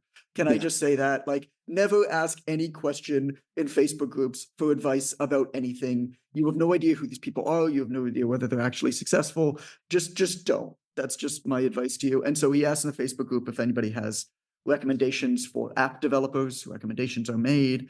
He does phone calls. He commits to a few $1,000s, gets his app made. And then he has to figure out how to sell his app. So he prices it at $20 because he looked at a few other apps and they all priced it at $20. And he doesn't know whether his friend, who also had a friend, is actually successful with the app. Her friend said she seemed to be successful. He doesn't know whether this guy on Instagram is successful with his app. He just saw this guy on Instagram on vacation with his girlfriend. And so, there were palm trees. So he must be successful because there's palm trees. He doesn't know whether these people in Facebook groups have their heads up their asses or not because they're just people in Facebook groups. He has no idea about any of these things, right? But he's now committed to build an app and pricing it at $20 and a few friends sign up. And then he has to find more customers. And this is a guy who has done really a lot of things right. In his neighborhood, he's made a name for himself. He's figured out how to educate himself to get good results. He's raised his prices systematically over the years to the point where he's near the top in his neighborhood. He offers a service. And he's never really had to go out and find new customers, certainly not a lot of them at once. But at $20 a month, plus the overhead of running an app, he has to go out and find a large amount of new customers, which is an entirely new competency that he has to build from scratch. So how do you do that? Oh, social media, right? Is it actually the best way to do it? I don't know. Probably not. But that's what you see because it's in your face. So then he goes into the same Facebook group. He asks for a social media management agency to create content for him because he's kind of done, he's got that one YouTube account that you all have that you've just had for 5 years that has some people on it or whatever, like Instagram. And you've never really taken it that seriously. So he has that. And so he commits to a few $1,000 more. And then it's time to renew his contract. It's not really working. And then he has time to renew his contract with the app developer. and he's sitting there and he's delaying the decision by doom scrolling Instagram. And he sees that this guy that he followed on Instagram makes an announcement that he's shutting down his app. You know, it's a game. You ever play Purple Monkey Dishwasher? You No. know that game? Maybe you don't have Canadian game? maybe you don't have young kids like I do. Is it a Canadian game? I love how any American anywhere, the second that they don't understand, it must be a Canadian thing. Yes, must be a Canadian thing. We're not that different from you, Anthony. Our money is just worth a lot less. And you think it's- you're nicer. Well, I mean, depends where you go. That's Probably as a whole, in aggregate, yes, but depends where you go. Probably not in Indiana where you live, or Indianapolis, right? So Purple Monkey Dishwasher is a game that kids play at like camp and whatever, and it's a game of broken telephone. And the idea is you have a code word or a code phrase, and you tell it to one kid, and they have to whisper it to the next around the circle. And then the whole team wins the game if the last person at the end of the circle still knows the same code word or code phrase. Okay. Yeah. And the joke is that they never do. They never win. Yeah. And it always ends up being Purple Monkey Dishwasher. No matter what code phrase you start with, the last kid is always going to tell you Purple Monkey Dishwasher. That's kind of what happens online, right? One person kind of figures something out, and then they do it, and then somebody else watches it but doesn't have the full information, because what's underneath the surface, what's below the waterline of the iceberg is always way more important than what you see on the tip, but you don't see that. And so you copy what's on the tip, and then other people copy what's on your tip, and so on and so on and so forth. And then Purple Monkey Dishwasher, you end up with this thing that you have no idea what it is. You have no idea whether anybody you copy knows what they're doing or doesn't know what you're doing, or what's actually led to their success or not led to their success. So what I've done in the book is actually talked about what leads to success below the iceberg, right? But the core of it is this. The passive income is not selling $27 ebooks, right? Passive income is not a $20 membership site. That is actually just a way to work harder for less money, probably at a lower profitability for a very, very, very, very, very, very long time. Now, there might be reasons to write a book, which we can talk about if you want, might be beyond this conversation, but it's certainly not passive income. The reason why we do these things is because every time we make a sale, there's a little dopamine hit. It feels like we're doing something. It feels like we're winning, even if that sale is inconsequential. Well, the oldest form of passive income is still the best form of passive income. Put your money in the stock market. Have work in an industry and become successful in it that has a high profitability and gets you a lot of cash up front, i.e., the personal training industry. Take that excess cash. Don't be a Dumbo. Invest it, even reasonably conservatively, in the stock market, and forget about it and let compounding do its thing. Because, yeah, you won't see the $27 ebook hitting you, but people are still buying hamburgers if you own McDonald's stock overnight. People are still buying microprocessors if you own NVIDIA stock overnight, for example. You're still making money when you sleep, but you don't feel it. Yeah. And so psychologically, it's very, very difficult. It's the same reason why our clients like to do finishers where they pump their biceps, as opposed to the mobility work that's going to help them get off the toilet and play with their kids when they're 70. It's the same problem you're falling prey to. I fall prey to. We all fall prey to. It's inherently human. Yeah. John, I wasn't thinking about this, but you brought it up, and I think I just wanted to get your thoughts on the whole scaling thing, only because right now, I mean, man, it's all I ever hear. Scale, you got to scale. How to scale? You got to scale. Okay. You got to scale. Do you, I mean, I know it's case by case, but, we look at some of these people, and you talked about this, in different ways in the book, like, hey, you got a good business, man. Stay in your lane. You even talked about it earlier, like, sometimes, okay, stay in stage 2, right? You can stay in stage 2 and you'll be very happy. You can be successful there. There might not always be a reason to scale. I just wanted to get your thoughts on that. You have to have something that you're really working towards. You have to have something that lights you up, that you're trying to get better at, that you're trying to attain mastery over. I believe that there should be one thing. I believe that everybody can get like okay to decent at just about anything. I believe that our natural attributes and skills and predispositions lend ourselves to going from good to truly great at only one or two or a few things.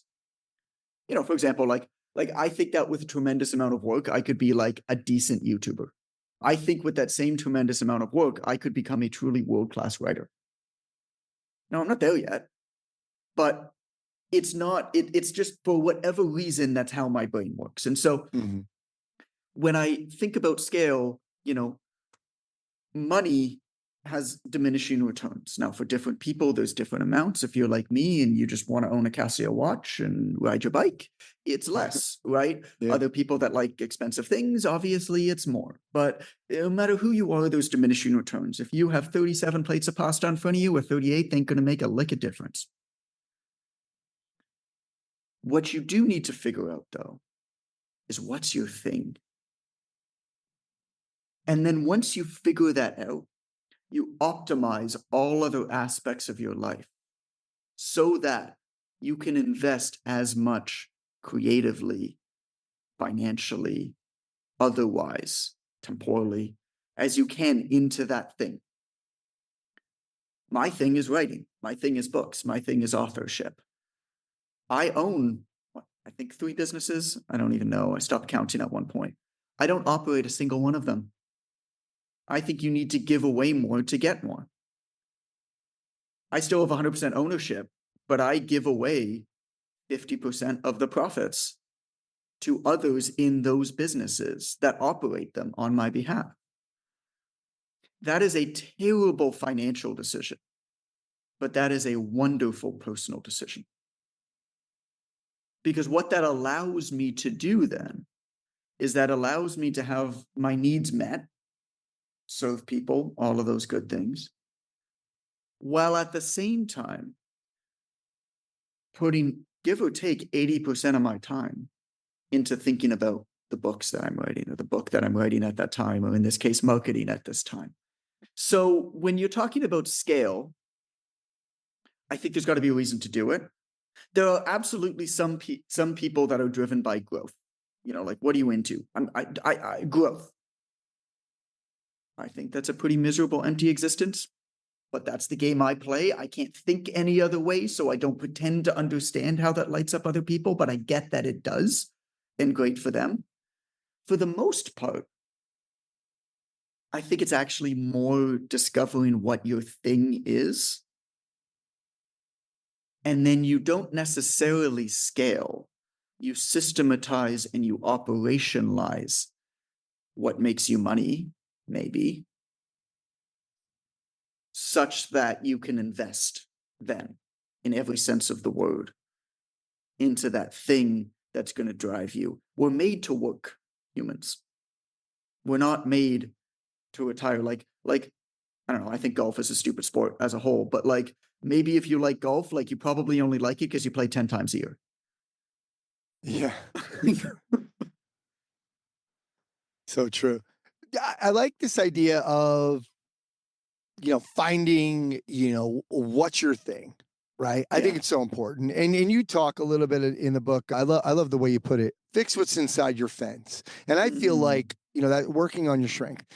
And there's a lot of people will go the opposite way and say, well, you want to work on become more well-rounded, or fit what's your weaknesses. Let's try to get those up, blah, blah, blah.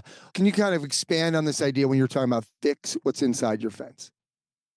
Well, you're talking about 2 different things. So fix inside your fence, the way that I talk about it in the book is you actually want to become famous to the family before you become famous on the internet. And so famous to the family it could be a local family, like it could be people within a 5-mile radius of where you work. For a lot of us, it is. Or famous to the family could be, the bubble that we exist in online. So one of the examples I give in the book is Greg Finch. He's a mental and performance coach for surfers. Surfers are by definition kind of spread out across the world on surf breaks in remote locations. Doesn't mean you can't become famous to that family, but that family is not going to be within a 5-mile radius of your home. And so famous to the family is that, but when it comes to success, and skill acquisition and filling in your gaps, I have a process that I call leapfrog skills and then leapfrog learning that we talk about in the book. And so the background of it is, I was a mediocre personal trainer at best. I wrote Ignite the Fire when I was 24 years old. Yeah, I had a kinesiology degree, but I could not have possibly been that good of a personal trainer yet. I just weren't enough hours, right? And so, but what I also had were mediocre to low level skill sets in writing and psychology and marketing and sales. And so I think what a lot of people do when they're in an industry is, and the filter bubble, what we, the algorithms, what they feed us kind of reinforces this, is we tend to think that the better we get at the information specific to that industry, the more successful we'll become. Whereas in the reality is that actually industry specific skill sets and knowledge has diminishing returns at a pretty low level. Like if you are actually honest with yourself, what percentage of what you know do the vast majority of your clients actually need to get results that they would be happy with? It's pretty low. It's a pretty low level. Yeah. It's a pretty low level. And so I'm not saying that you should not continue to try to get better. Of course you should, but you have to understand that if you only continue to get better at industry specific knowledge, it's linear growth that starts to straighten out pretty soon. Even though you know more, right, than others who are having way more success than you. And so the idea is you actually want to have one central industry specific skill set or knowledge base. In this case, it's going to be fitness or nutrition or sports performance. But then you need to surround it with what I call leapfrog skills. And so I lay out the 5 main leapfrog skills that I think are the most important. But we're talking behavioral psychology, business writing, presentation skills, wealth management as an example. And the really fun thing about this entire philosophy is that you actually, by definition, only need to build a really low level knowledge in all these complementary leapfrog skills. You can actually, with focus, you can actually learn just about everything you need to learn to maximize the 80-20 of the thing and create exponential growth in your industry in terms of success in about 60 days. And that's 60 days of focused study. And then at the end of those 60 days, you teach it to somebody else. You could do this thing. I was talking about this on a podcast with somebody named Samantha, and she was talking about how she's taken up cooking. She's like, yeah, you made me think, I've really, really loved to take up cooking. I used to be like a boss babe and like other people cook for me. And now I'm like, I really like cooking. I was like, all right, so here's what you do. You obsess over cooking for 60 days. And then at the end of those 60 days, you take your favorite recipes and you produce them into, it could be a PDF document on your computer. You produce them into a recipe book. That's Samantha's Scrumptious 6. And you send that recipe book to 6 of your friends. And you teach it to somebody else, right? Then you've acquired that.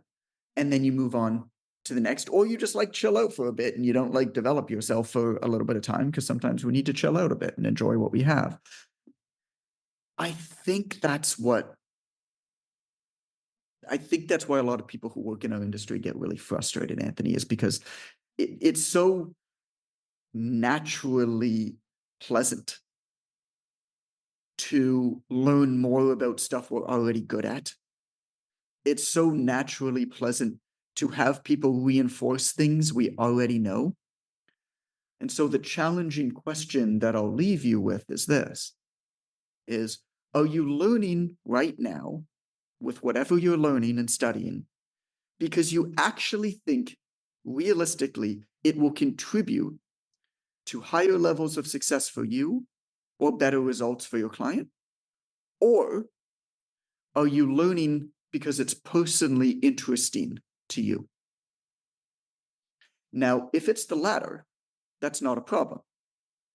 But that goes in the bucket of personal learning, of pleasant reading.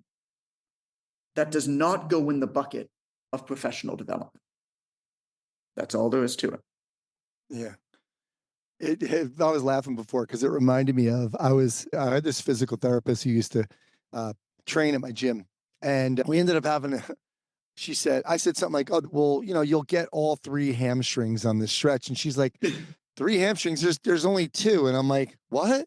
No, Dude, no, I think there's three. Like this is like 12. Like between us, we have like 40 years of experience, and now I'm doubting myself. I mean, like, Sure. and we're like, see, we don't even talk about it anymore. It's like, 'cause it's not something I'm not like, hey, John, we're Yeah. gonna do semi-membrosis. You know what?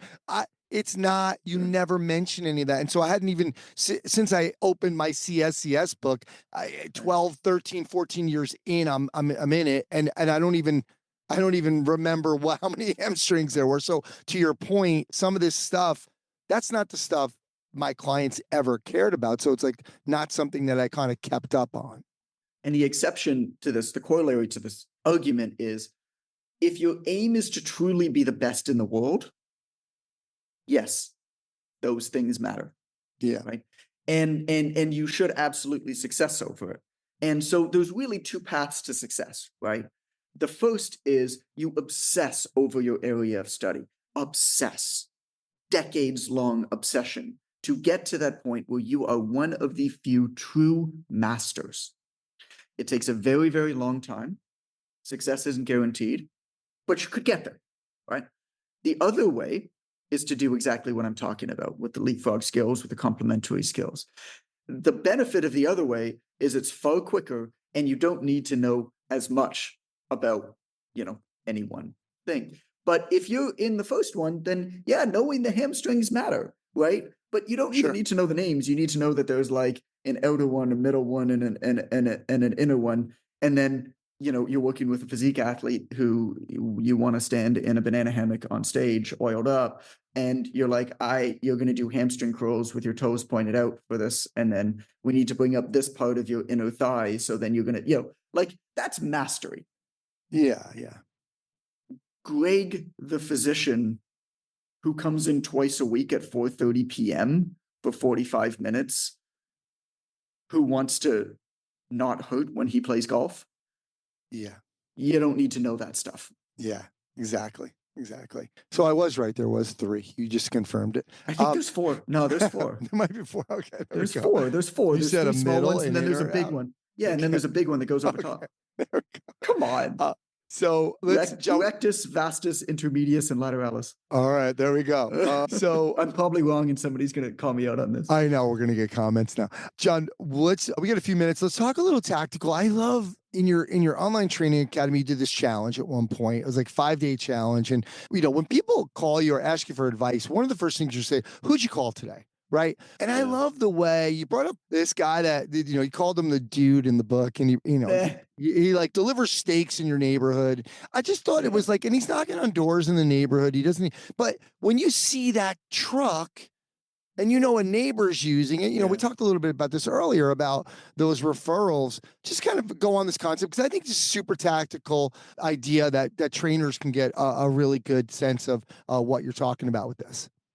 You mentioned it before, Anthony. You said 90% of all sales still happen through mostly offline word of mouth, and that is 100% true. Look around you right now at everything you own that's around you. This microphone, water bottle, headphone, my wallet, sunglasses, whatever, and then like the services that you've hired recently. Maybe not like if you hired a coach, because by definition, if you're a coach, you maximize in coaching. And so you're going to be much more involved in that community than most of your clients would. So that actually might not fit here, but everything else that you hire probably do. Think about these things, and then think about whether you even know whether any of these companies have a social media account. Like, do you even, they probably do, but do you even know? Like, can you think of a single post that they ever made? Did your purchase decision have anything to do with any advertisement they sent you or any piece of content? I have this wallet, the Ridge wallet, which is actually a really popular wallet. They spend millions upon millions every month on social media advertising. They've got massive social accounts. You want to know why I bought this? Why? I bought this because I went mountain biking with my friend Matt, and we went for a beer and a burger afterwards. And Matt pulled out his wallet to pay. And I said, oh, cool. That's pretty neat. What is that? He goes, oh, it's the Ridge. It's great. That's why I bought this wallet. That was 3 years before I learned that the Ridge. Now, Matt is a massive e-commerce guy. You know, he has $100 million plus e-commerce business. So like he was linked into that world. But like that was before I knew anything about Ridge and like the money that they spent. And so, you know, trust is unquestionably the most important asset that you can build over time in business. And I talk about trust as a triangle. There's 3 pieces to it. And these are an and or type thing, right? You don't need to have all 3, but obviously combination is better than 1. And it's familiarity, number 2, specificity, and number 3, community. The more often that we see something, the more trustworthy it becomes. This is a basic concept in behavioral psychology called cognitive ease. The more often you see somebody's name, the more often you see a van parked on your street, right? And so what this guy, the dude, did, so the story with the dude is it's this company, Bolton Foods, that delivers fresh meat and fish. And, you know, their enemy is Costco. Their competition is Costco. Like, you cannot compete with Costco in advertising dollars, in global brand recognition, nothing. But what Bolton Foods did was they were like, okay, but we can win this one rich neighborhood. And that's actually going to do pretty good for us. And then we can win another rich neighborhood, and so on and so on and so on.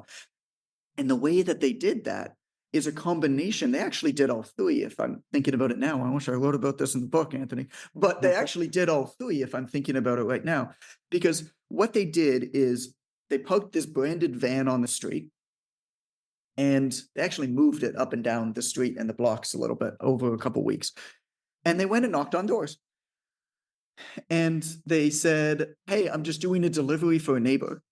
And when we do this, we often knock on doors and just say, you know,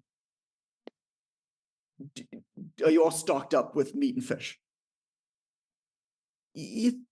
So, number 1, the more a van is parked on the street, the more you recognize that.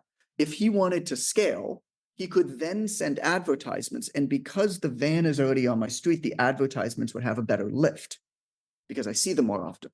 Yeah.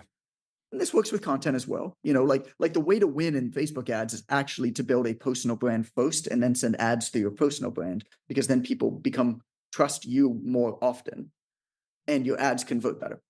So, you know, it can work both ways as well. So we parked this van on my street, and you know what he said, hey, we're doing a delivery for a neighbor. Okay. I don't know whether he's actually doing a delivery for a neighbor. Yeah. I don't know who my neighbor is. I don't know which neighbor it is. I don't know if I even know that neighbor, but the fact that they're a neighbor means that they've decided to grow their family in a home close to mine, which builds immediate kinship, trust, togetherness. That's community. We trust people we live close to because they've made the same choice to raise their family in the same place as us.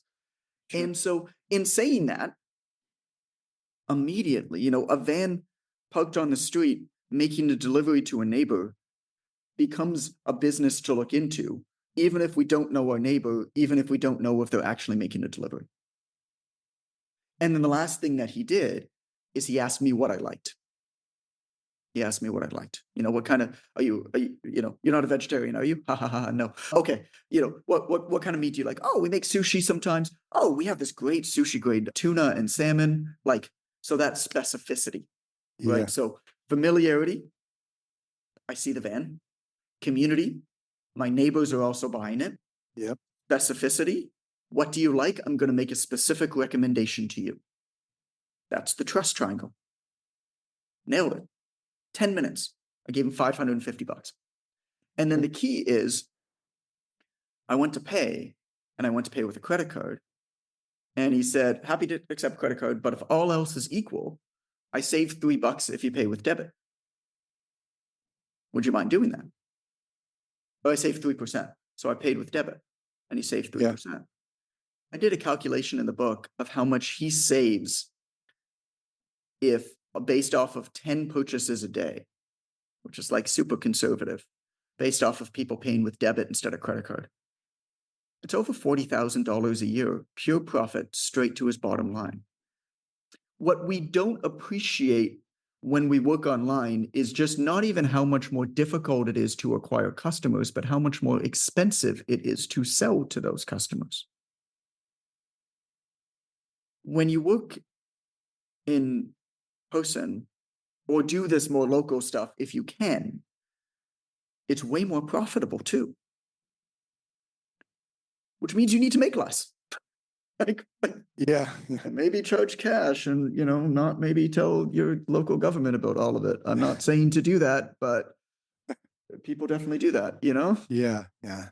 John, real quick with that, just turn that into, and you did in the book, but turn into like, what's the recommendation for a personal trainer real quick that they could do like a similar idea for this? I mean, what's your goal as a local personal trainer, local gym owner? Your goal is not to become famous on the internet. It's to become famous to the family. Your goal is to be the obvious choice to all of the wealthy and well-connected people who live within a 5-mile radius of your gym. That's literally it. So how can you add value to them? How can you get to know them as quick as possible? The example that I give in the book is, I think, the single best way, which is to start a podcast. But you don't start a podcast trying to become a famous podcaster. You start a very local, very niche podcast. The example that I give is the Best of Etobicoke podcast. I live in the township of Etobicoke in Toronto. And you think about the difference between calling up a local business, like a medium-sized business. You call up a local business. Hi, is Mrs. Smith, CEO, whatever, there, Oh, who's calling?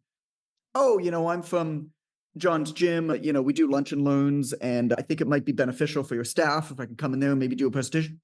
Click. Think about that same effort now. Hi, is Mrs. Smith there, CEO? Oh, who's calling? Oh, hey, this is John Goodman. Look, I run a podcast. It's called the Best of Etobicoke podcast. What we do is we feature the trailblazers, the leaders thrusting the township of Etobicoke forward. And I really want to feature and tell the story of Mrs. Smith. I think what she's doing is incredible. Do you think she might be able to give me 45 minutes to an hour of her time? Hell yeah, she's going to say no. Or she's going to say yes. Yeah. Of course she's going to say yes. This is Dale Carnegie shit, How to Win Friends and Influence People 101.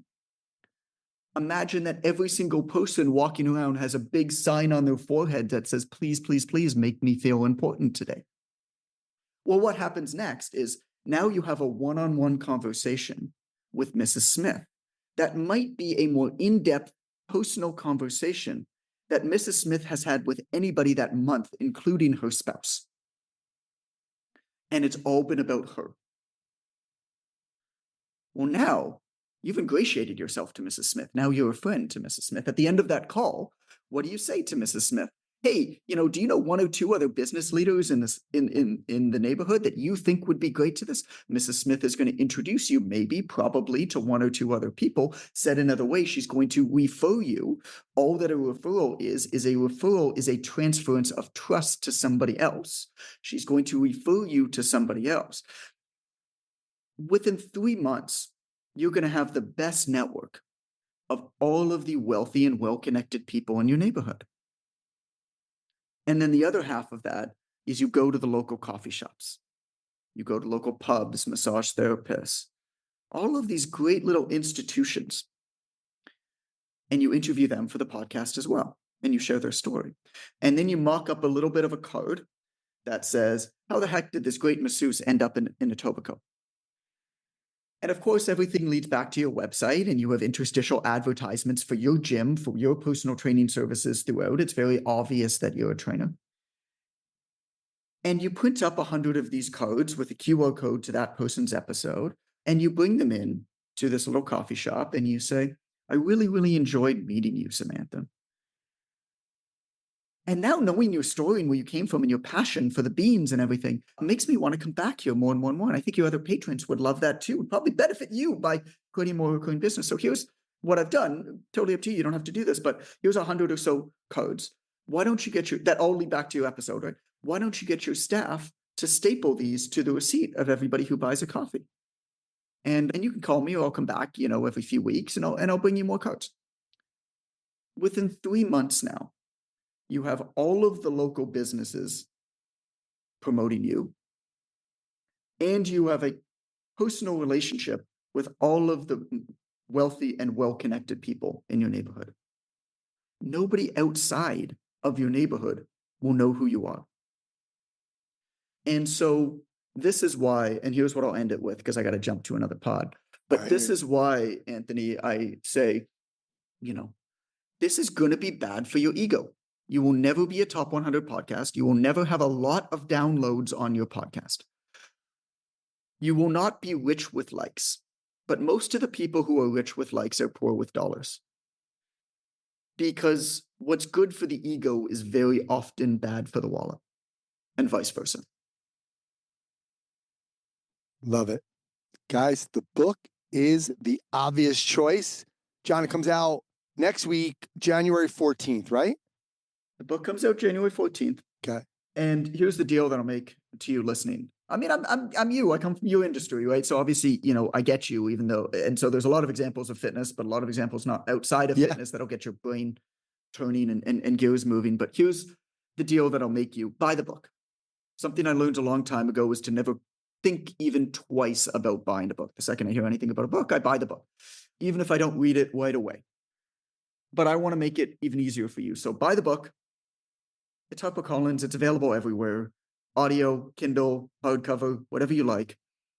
And if when it arrives, you don't absolutely love it, absolutely love it, I'm on Instagram, I'm on Twitter, I'm at It's Coach Goodman. Send me a message. I'll send you back 100% of everything you paid on the book.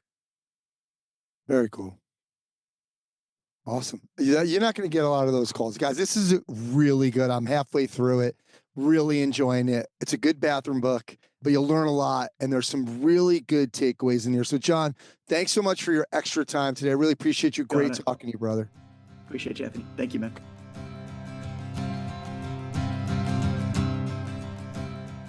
All right, that's going to do it for episode 395 of the Strength Coach Podcast. Guys, the show notes are located at strengthcoachpodcast.com. Don't forget, you can try strengthcoach.com and mbsc.tv for 7 days for free, both sites. Go to strengthcoach.com or mbsc.tv for those 7-day free trials. Special thanks to Chris Parr and the folks over at Perform Better. Remember, there's a lot of education right now. Also, don't forget they have a rewards program. You just basically sign up, you create an account, you get 50 points, and every time you shop, you get points. You can redeem those points for rewards. You'll get points like 25 points for following them on Instagram, 50 for writing product reviews, and they'll send you 100 points on your birthday. So you can check all that at performbetter.com. Thanks to Coach Boyle and Jonathan Goodman for sharing their insights and philosophies into the world of strength conditioning, performance enhancement, and the obvious choice. Thanks to Sumit Seth and Naamly. That's going to do it for this episode. My name's Anthony Rana. Thanks for listening, and I'll speak to you next time.